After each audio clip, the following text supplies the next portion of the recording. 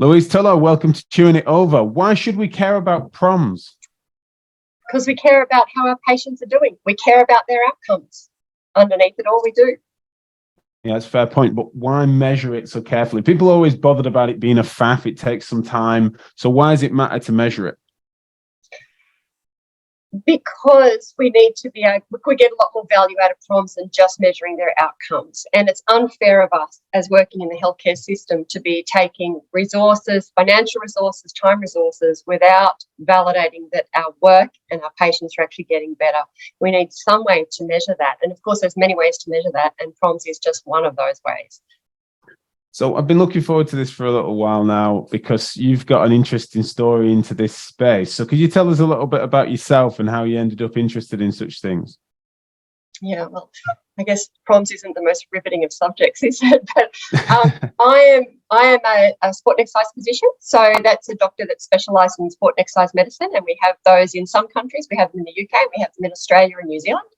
Some in Canada and the US as well, and the Netherlands. So it's not a very well-known specialty, but that's our core. Our core work is the non-surgical management of musculoskeletal conditions and the medical matters that relate to athletes and people who are exercising, like pain, period problems, all those sorts of things, fatigue. So my partner and I, James Lawrence, who work in Sydney together, also a sports physician, we wanted to measure some PROMs, particularly around osteoarthritis in practice, and we realised that even with our good intentions, there was no real easy way to do that. So we were printing out pieces of paper and scoring complex scores and trying to track things. And seeing the future of medicine will be much more values-based, and seeing the value of PROMs to our day-to-day practice and understanding how monitoring progress with our patients and remote monitoring using PROMs would be effective, we just built a platform. We built a platform called My Score It, which was designed to make it really easy for people to measure PROMs. So if you didn't know what to measure, we helped you with that. If you didn't have any time, we made it as few clicks as possible, as least time as possible to taken out of your patient interactions. And we also set it up so that the PROMs process would continue even if you weren't present. So there was automated follow-up. So our focus was to make it really easy for a novice, someone who's otherwise fairly naive when it comes to PROMs, to measure PROMs in day-to-day practice. And we focused on MSK because obviously PROMs are not just around MSK, there's PROMs around all sorts of conditions. So that's our story. And then the product was, our platform was acquired by VALD around a couple of years back. So it's now part of VALD Hub. Yeah, then we'll definitely come into the sort of detail on some of the iterations of it, etc., because that's fascinating. But did you have sympathy in those early days from those that say, oh, I haven't really got time for this, etc., and that's one of the things that motivated you to create such an intuitive platform? Oh, absolutely. Well, there's two. I guess if we talk to barriers to measuring outcomes at all, in a system that doesn't require you. So sometimes we have to measure PROMs for regulators or payers. So we're sort of compelled to do that. But if you don't work in a system that's value-based or that's not asking you to do that, you have to do it because it adds something to your clinical context and you think it's the right thing to do. So it's got to be beneficial in some way. So we made that platform to be really simple because there's not a chance that we were going to be spending our time with the patient measuring things on a piece of paper and scoring them, which is really difficult. So it's not a chance that was going to happen. So the aim was to make it like you don't even know what sort of PROM to measure. You want to measure a PROM that's regarding a knee, so we gave you a very small and select menu around knee PROMs. So we helped you with what to measure, and then we just sent the email, log the email, off it goes. Patient completes it after the consultation. And then we follow it up later and it's automated from there. So reducing time I think you can't expect to collect these PROMs during the consult. I don't think patients are happy to come and see you and spend their time measuring out a survey, but that information is really useful if you can collect it easily. Yeah, because I've encountered lots of different sort of people with these ideas that have created various different sort of platforms or systems or trying to motivate this sort of behavior. And they've kind of fallen into two general camps. One is always trying with deep sympathy for the challenge that means that they've created as clean and intuitive and simple systems as possible. And there's the other side, which is that this is important enough, therefore I don't care if it's onerous, I don't care if it's data rich in every which way. It's kind of tough luck, and therefore just they're kind of not really bothered about UI and UX, and they've just kind of thought, no, this just it's so necessary that you're just faffing around to do anything too simple. And that second type always just struck me as naive to the challenges of clinical practice. Was it something that really emerged from your own specific use cases in practice, as well as then developing something beyond for your colleagues? Like what was it that motivated those early sort of stages of creating something? Well, it wasn't just about prompts. So we wanted to measure prompts, and we thought there should have been a system that we could use, that we were happy to pay a small fee for, to actually use and collect our prompts. So we thought that should have existed, and it only really existed in very expensive platforms or with institutions and so forth. And the UX and UI, as you said, was just awful. So we've got to remember that patients have to participate to measure prompts, so that the user experience for a patient has to be nice as well. So we can't just be asking patients for their important data and not making it a nice experience for them. But the other thing that James and I were particularly interested in is we're interested in digital health and different models of care. So this kind of just melded together to be a project that we just sunk our teeth into, really. We also got early on in our evolution, we also got selected into an healthcare accelerator here in Sydney, which was with one of the private health insurers, because everyone knows that eventually measuring PROMs is going to have to be part of routine practice, and we don't quite know what we're going to do with the data yet. We don't quite know how we're going to share it and what sense we make of it, but it is one step towards ensuring that the things that we pay for in healthcare are the right things. And did you have backgrounds in tech at that point? No, certainly not I'm hopeless with apps, which is why the UX, UI is so important, isn't it? But James is really quite interesting. He had another startup, and to be honest, I don't quite remember what it was, but he also created a bit of sporting software, I think looking at rugby scoring and software or something like that for students at school. So I'm probably not doing that justice, but he had a couple of apps before, and much more interested and competent with the tech side of things. Because I love on this show, especially, I end up having people that have created a solution to a problem, and I love to sort of get stuck into that. And as someone who also loves to build things, I think sometimes entrepreneurs will, in our space especially, will sometimes just take for granted, well, it wasn't there, so we built it. And I was like, well, let's not skip past that. Like, it takes quite particular types of people that spot that and then feel compelled to solve that. The opportunity knocked because it wasn't there, but also you clearly felt that this was an important enough thing in healthcare that it needed to be corrected for. Since doing it, what have you been proven correct in that assertion? And if so, what have you been most proud of in terms of what you were able to achieve in the solutions that it's created? I think systems are still really slow at identifying that prompts can fit in.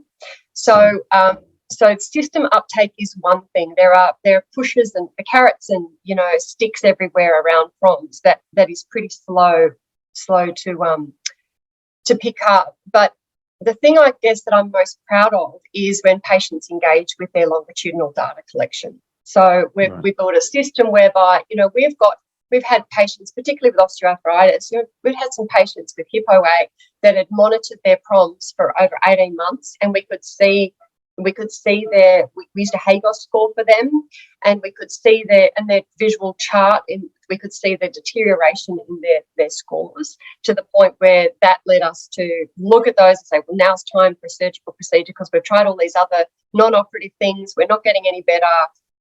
This is not bouncing back. And so they have a surgical procedure, and then we can see them pop up again afterwards. So that longitudinal engagement of patients with measuring their own outcomes is really helpful. And that's been one of the proudest things that I think that I could say is the patient engagement with the tool, with the process. And I guess the other thing that I've really valued as a personal clinician is being able to, I really like to identify psychosocial barriers to recovery. So I really like being able to use an Arebro or something like that to be able to explore where else I need to reach into a patient's problem to help them more. So utilisation of those particular scores has been very helpful for me clinically. Gotcha. Now, it's all well and good as talking about it being sort of intuitive, etc. But could you please just describe how the system works? So our system is slightly different from the VALD platform. So shall we talk about the current system? Yeah, talk about the current system. Yeah. Well, actually, I'm gonna bridge that with a question. Actually, Louise. Sorry, let's just put an edit point in here. Actually, that was a bit of a clumsy rush from me. So, could you tell me a little bit about VALD's acquisition and the way in which the platform has evolved over time?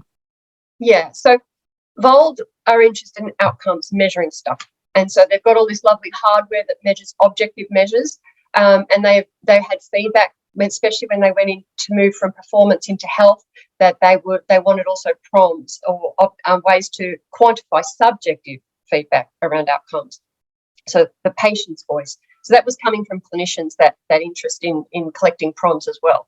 And so given their rapid growth, I couldn't possibly say why they acquired rather than built the platform, but they acquired our platform and have been incorporating it through various iterations into Hub. So initially going to be a product within TeleHub, and then it's going to be featured. Now it's like a feature in Hub. So we've got, objective measures within the Health Hub, and subjective measures and education. So the product has been tailored a little bit more to live in Hub instead of to live on its own, outside of any other software. So it's designed predominantly for physiotherapists, so how they're going to work with exercise prescription, education for patients, and PROMs all in the one dashboard, more or less. So the way it works now is when you're in Hub, so if you do your exercise prescription through TeleHub, say, which is one of the products in Hub or one of the tools in Hub, then you can just easily add a PROM. And you just click on the PROM button. You assign, you pick a side, the back, pain, shoulder, whatever. You get a selection of PROMs to select. Then you can, so there's a default process and how often that comes and how many times it comes, but you can change that default. And then that's sent off to the patient and it's automated from there. So the app actually sends a reminder if the patient doesn't do the PROM, and comes around, does it again the next time. And so the patient can see their results as well as the clinician. So next time you see the patient, the results are sitting there for you so that you can be monitoring their progress with their PROM. And so it motivates that engagement from both stakeholder groups then, so the clinicians.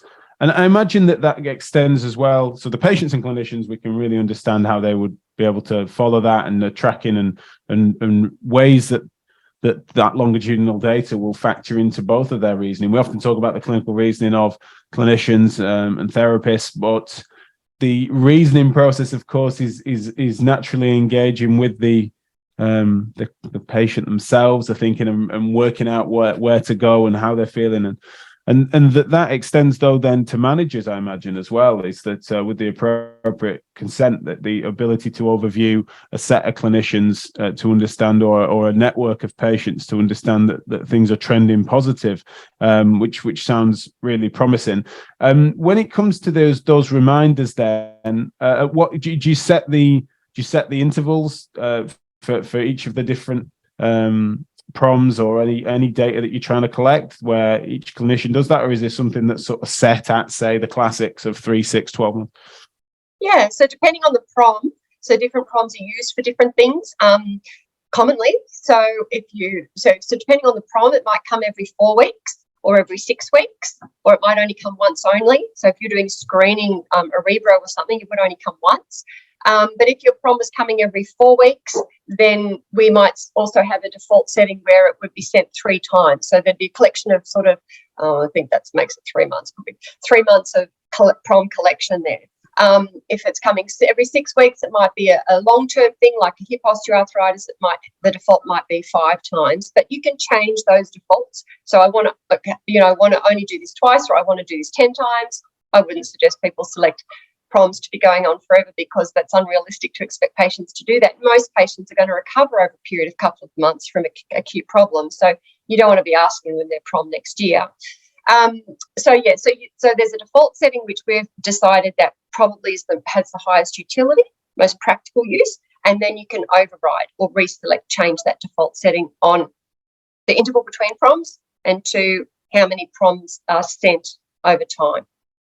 And let's imagine a patient that's also using, say, VALD devices, say that they're using Dynamo or they've got FirstX data that's then over the course of that same time frame. On VALD Hub, you could see that alongside that, could you? You can see the ways in which that might correlate or interact.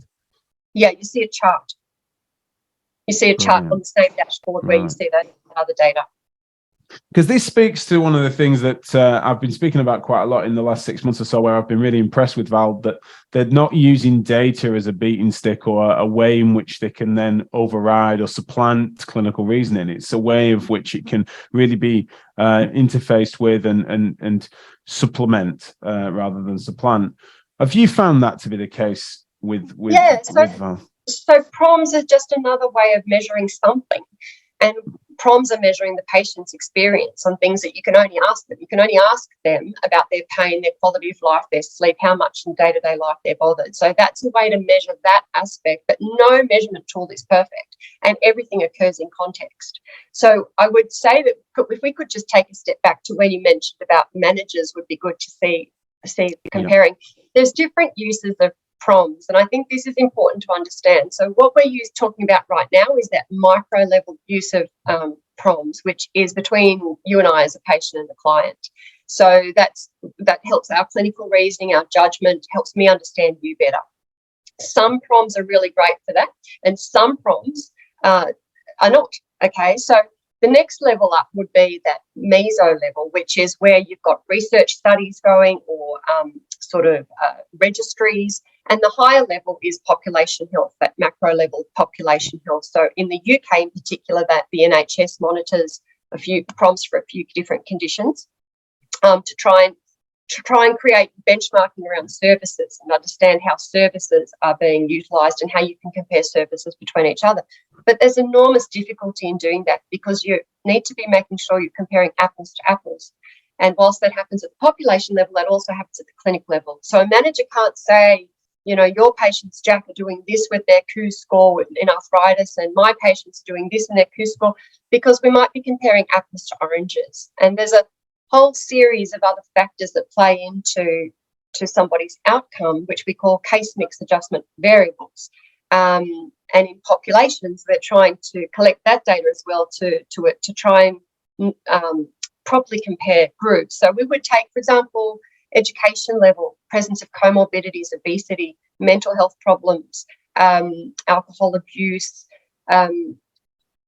job, unemployment, sleep, all sorts of things make it, largely socioeconomic influences, make it less or more likely that you're going to have a better outcome. So if you've got someone with an ACL injury in a very affluent area that has lots of money for physiotherapy, that's highly motivated, they're going to do better than someone who has no money for physiotherapy, doesn't really have access to information, and is not. So those case mix adjustment variables are really important. We need to be very careful that managers don't actually compare the outcomes of one clinician to the outcomes of another clinician using these PROMs. So, gotcha. So, yeah, and the other thing is that I would think that managers could possibly say, Jack is great, he measures a PROM on every patient, or 60% of his patients, and Louise is rubbish because she's only measured like 3 PROMs ever.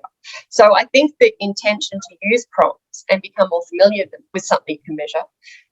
Gotcha. Okay. But then going too far, I can see that. And it reminds me of in the UK, they made a classic mistake that comes back around now and again of putting publicly available surgical data, which was then so naive because of the way in which then the leading vascular surgeons in the country that would see the most complex of cases would then have what was seen to be higher morbidity rates, when of course that was because of the risk profile.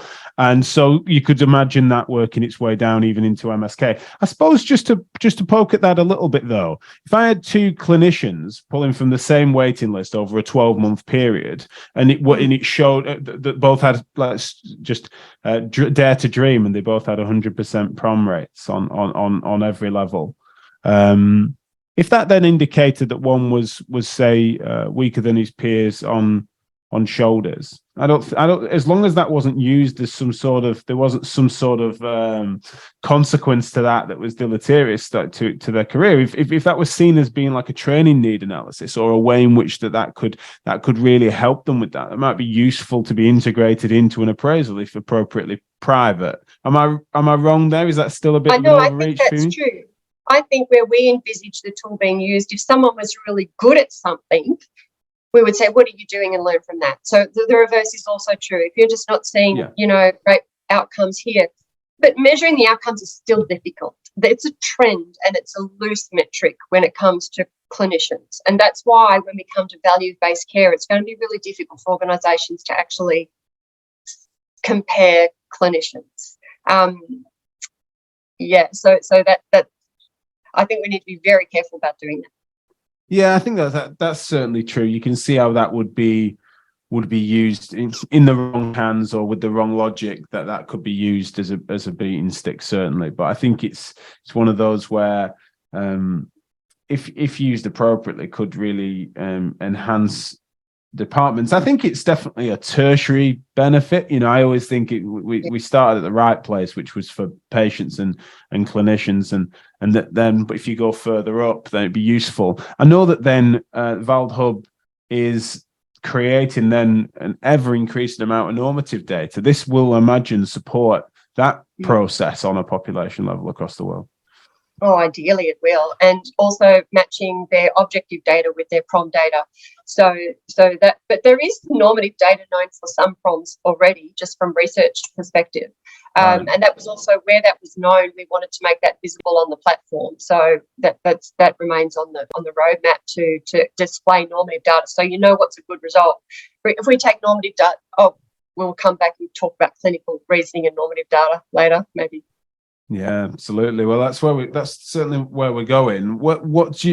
How do you see it as being supportive, and how do you best see PROMs and any data really being best integrated into clinical reasoning, and what examples can we take from that? Because there are some people that are fearful of, as I mentioned before, data or metrics or robots sort of supplanting that very organic, very trained process of clinical reasoning. So how do you see those two things? I think that all these assessment tools are just rounding out the picture of the patient. They're contributing to the puzzle pieces in that patient story, and ultimately what the patient expresses and how they engage in their life is really the important thing. So in terms of clinical reasoning, PROMs can be used, I think, in a couple of ways. So I was going to talk about the example of the ACL, but for example, decision-making around interventions or decision-making around return to sport. So in the case of an ACL injury, regardless of how you manage that ACL injury, PROM, an IKDC is frequently used to monitor people with ACL injury or post-operatively. And when that level 100 is perfect, when that person's getting to 90 to 95 in that IKDC, that correlates really quite nicely with capacity to return to sport from a physical perspective. And then you can combine that with your other more objective measures, even just clinical hop tests and so forth, or your strength tests, or your balance, whatever your force decks or whatever. You can collect that data and see, is it the same as the other side? Is it approaching normative data? So we definitely know normative data for IKDC as a PROM. But the other thing is that patient may not still feel confident to go back to sport. So it's like their knees get, and we see this all the time in ACL. So people recover from this complex surgery or complex injury and they don't go back to sport. One, maybe they don't have to go through it all again, so they choose to do something differently. But mostly that's because they don't feel confident and they're playing that injury over in their head. There's psychological reasons why they don't want to get back to sport. And so then you can throw in another PROM, which we get asked for a lot, but which isn't built yet, but hopefully soon, called an ACL RSI, which is a readiness score around, it's a simple question. So those two bits of information, in addition to your patient, your functional outcomes or your objective measures, really help that return to sport decision. And so that's a really, I think, a very strong example. But we also have examples around that OA that I gave you the example of, tracking stuff over time. It's getting better, not worse. You know, we also assumed that, so that was a decision around an intervention, and then the response to intervention. And then I also mentioned, of course, that Arebro or some other yellow flags tool, there's plenty of them that help you to understand those things that are hard to ask. And particularly more junior clinicians don't necessarily want to ask how people think and feel about their problem, what beliefs they have. So you just throw them a prom, and then you can open up the questions to that prom, and you can say, wow, you're not sleeping, and wow, you don't think you'll be going back to work soon, and wow, you're highly anxious. What does that mean for your recovery? And we see that all the time, don't we, in back pain and kneecap pain things. So I think that it's the clinical reasoning, particularly around readiness, timing for intervention, when someone's not on track, taking a deeper look. When we're thinking about the ways in which this will contribute to decision making rather than make the decision for anyone, does the VALD hub, or could it perhaps be in the pipeline that there are ways in which we can mark, say, moments or interventions or parts of that can mean that they could correlate across the story? Say that there were particular sort of sessions or incidents and things like that. Is that already in place when we're looking at that wider picture as we're building more data, say from even the hardware, the PROMs are coming in? Do we have ways in which we can flag particular moments, or is that just a loose annotation? I think that it's not sophisticated enough to do that yet. So, and I think VALD are truly trying to stay out of clinical influence. So they're just giving clinicians data, and they don't know. I mean, there's also when you're looking at trajectories or data sets or flags like that, you kind of need a diagnosis. So you need to have a similar population, really. You need to have medial knee osteoarthritis, or you need to have ACL injury, operative or non-operative or whatever it is. And it's not that easy to agree on a diagnostic criteria for many things. So, particularly non-surgical things. So if you don't have the same group of apples again at the beginning, it's pretty hard to determine those inflection points. So I guess I'm not privy to the roadmap visions of VALD, and maybe I don't think big enough, but I can't see that happening in a way that would subvert clinicians. Yeah, I think on again the hypothetical perfect sort of data set that I might be extracting from a patient, and this could be done as a loose annotation without major compromise. But I was just thinking that if you had then, say, 12 months worth of data on an ACL, and you had the various different therapy interventions that might have occurred at different points. So if I wanted to correlate that with a period in which that say there'd been an orthoses that have been used for a period of time, perhaps, and you were trying to correlate that across, say that there'd been a reason for them needing to have an injection, or say that there'd been a period of illness, and you were just trying to then cross-correlate those clinical moments to the data. That was something that you could imagine me pulling that through and then literally loosely annotating it, perhaps in person, in pen. I could just imagine that being a positive thing. But then I'm also sympathetic to the, like you've said, VALD quite sensibly, and I've praised them for not running that interference or making sure that the system doesn't sort of try to flag those moments or sort of force them into the conversation. So I can see the sort of pros and cons of it for sure. But that was just me to give you a bit of an insight into what I was thinking as a clinician as to how that might be useful and be interesting to see how it develops.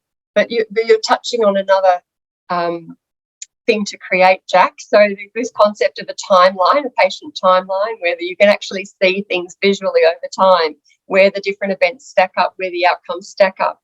And that's also, I use timelines clinically a lot, actually, for people with trauma and pain and complex sort of psychosocial things, to understand how different events relate to each other as an exercise. But I'm not sure if there's that that's on the vision for VALD. I'm getting carried away. I'm getting might be excited. getting carried away.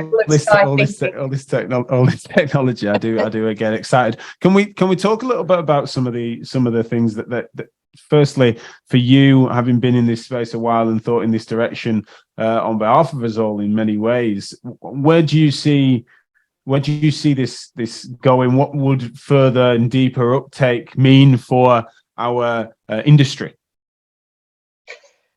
I think the uptake's going to be forced on the industry, and I think that there's going to be increasing push for people to measure outcomes as the first step.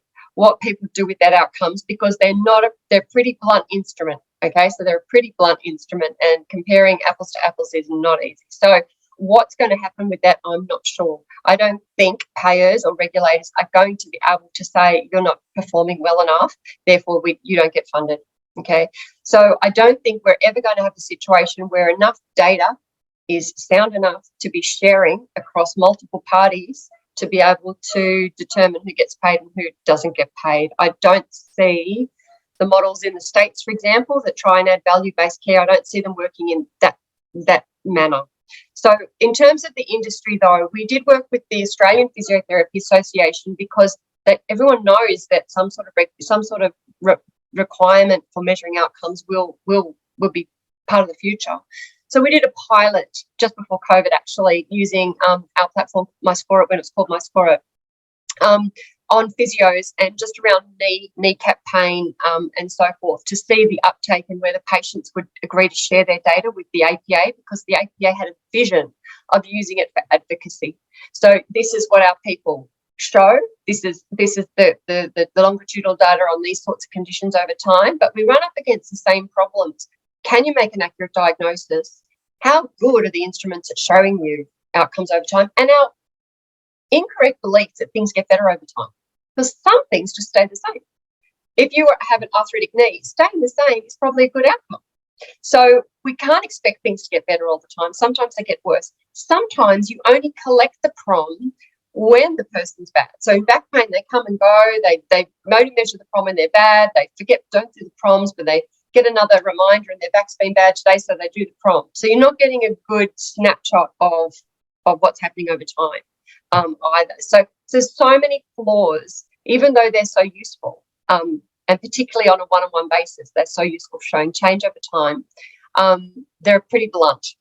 So in terms of the industry, I think our organisations are going to want to demonstrate their value by saying these are our outcomes. I think that's going to turn up some surprises.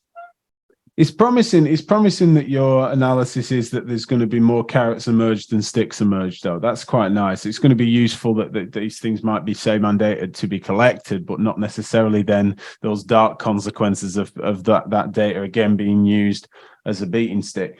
Because it's a Monday morning here, in a couple of hours, I take about 20 to 30 of our local elderly for a wander. We do a community walking group, and we've been collecting PROMs at the beginning of this year, and we're going to be doing that at 6 and 12 months, as well as then some generalized outcome measures associated to that, clinical outcome measures. And one of the things that's just rung a bell on is the fact that I've been sort of assuring them that an 80-year-old on a 6-minute walk test, as well as some of their OA PROMs, maintenance is a great thing. That age at that point unfortunately means that the trend is to deteriorate those scores, and therefore maintenance is great. And so therefore we need to always be applying that clinical context. And even some of them are a bit younger that would maybe want to be kicking on. They've then got other comorbidities that mean that they're unlikely to, and therefore again, just anything that is maintenance or a reduction compared to normative is a big win. And so that's one of the classic, a great example of applying this stuff to clinical practice. That doesn't mean that everything has to sort of be a perfect trend line. Correct with that. And also the quality of life scores. So when we talked about sort of what the NHS might be measuring with services and what we can measure between clinicians, we want different PROMs. So if I was